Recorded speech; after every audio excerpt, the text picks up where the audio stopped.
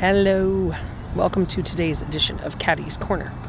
I've realized from some responses yesterday's video might have been a little shocking / confusing.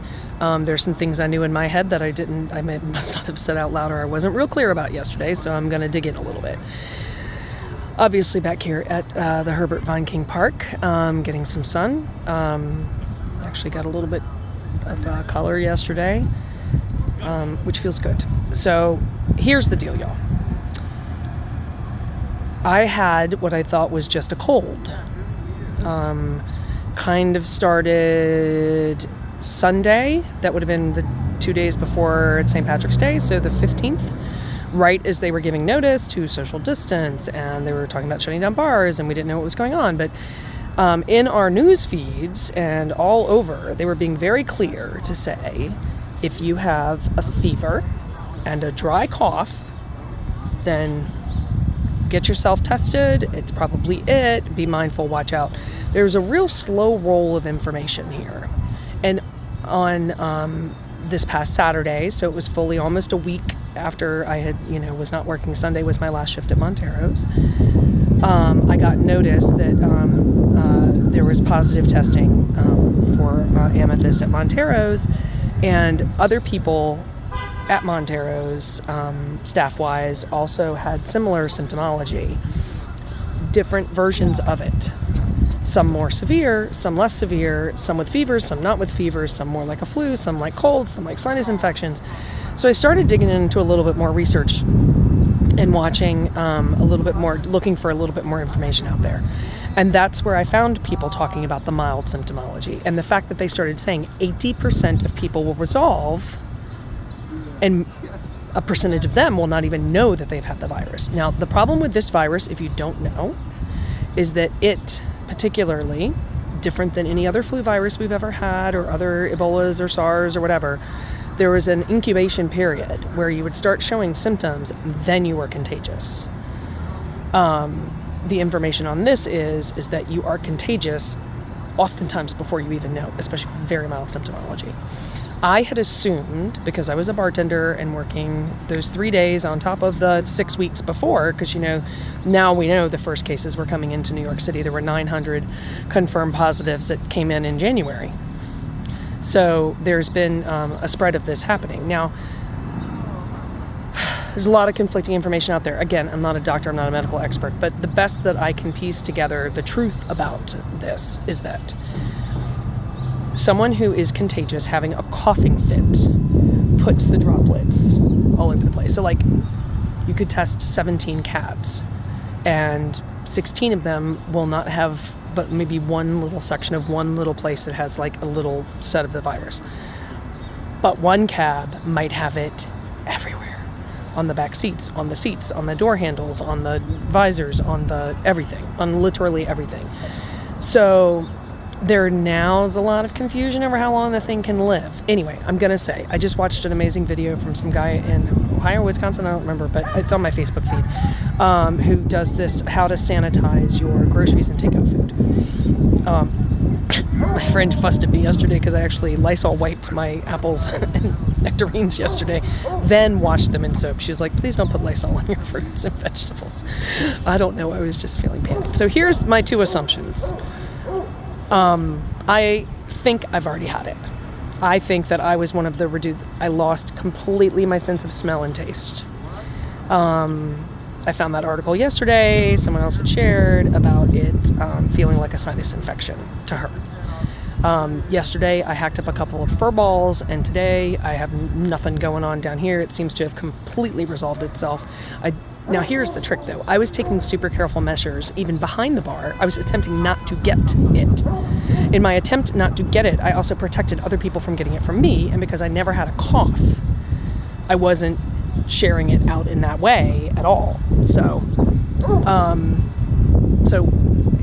thank you for the well wishes and the blessings and all of that stuff, but oh Lord, I'm fine, and this is what most people are going to go through. The problem is that, it's apparent to me now Montero's was a cluster. Did it come from a cluster? By the way, we got to stop asking.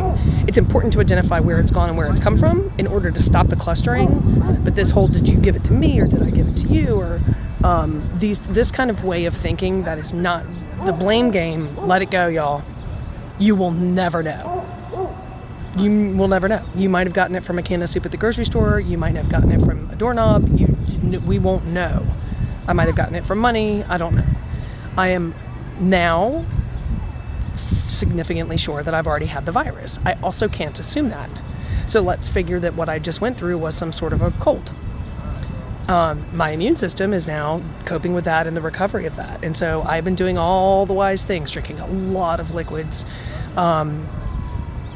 taking the vitamin C, getting my vitamin D, eating really well, lots of fresh fruits and vegetables, good proteins, vitamin B, some turmeric, whatever. I just keep adding things to the regime. Is getting kind of out of control at this point. So I want you to know I am safe and I am fine. And I think you all need to be very prepared for what's coming. So if you feel like you have a cold at all, assume you actively have the virus and super self-protect. Quarantine yourself, do what you need to do. And realize too that just putting on gloves doesn't solve a problem. In fact, the gloves are plastic and can then transfer it for an amount of time as well. So it's weird because I went to the grocery store after I did the video yesterday and I was freaking out. Like I was like, I don't want to get cut fruit. Like what if the person cutting the fruit that made these little fruit buckets, had it and coughed on a piece of fruit, and then I can't wash the fruit with soap, and I don't know. That's why I got apples and nectarines. So I was like, at least I can wash them. So I feel like we didn't get enough information starting off with this thing, and we are ahead of y'all, and it is getting gnarly here in the city. The ICU cases are going up.